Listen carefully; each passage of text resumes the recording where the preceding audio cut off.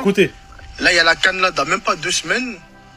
On dirait qu'il n'y a pas de CAN, il n'y a pas de buzz, il n'y a rien. Bon, d'après le frérot, la CAN n'a pas de buzz apparemment. Revenir sur des faits et seulement des faits. Déjà, pour commencer, il faut savoir que cette CAN sera la première diffusée gratuitement au Royaume-Uni, donc on parle de l'Angleterre, Écosse, Irlande, par Channel 4. Ce qui veut dire déjà qu'en termes de visibilité, ce sera bien au-dessus de ce qu'on a l'habitude de voir. En termes de son, si on veut parler d'ambiance, il faut savoir que Redouane est en train de préparer le plus gros album all-time de la CAN. Ça parle de French Montana, Maître Gims, Distinct et j'en passe. De chiffres, cette CAN n'a même pas encore commencé, qu'on est déjà sur 300 millions d'euros de recettes. C'est du jamais vu. 800 000 tickets vendus. 40% de ventes hors Afrique. La première fois de l'histoire, on aura 9 stades dans une CAN. C'est du jamais vu. Et en termes d'infrastructure, vous savez très bien ce que vaut le Maroc. Pour ceux qui sont sur place et qui malheureusement ne pourront même pas assister à des matchs, il y aura des fan zones avec des écrans géants dans plusieurs villes. 8 fan zones avec des écrans géants, des activités familiales et j'en passe. Ces fan zones seront ouvertes de midi jusqu'à 1h du matin. Pour la cérémonie d'ouverture, ça parle d'une cérémonie type Coupe du Monde. Bref, tous les acteurs là sur les réseaux sociaux qui disent qu'il n'y a pas de buzz, blablabla. Les gars, il s'agirait de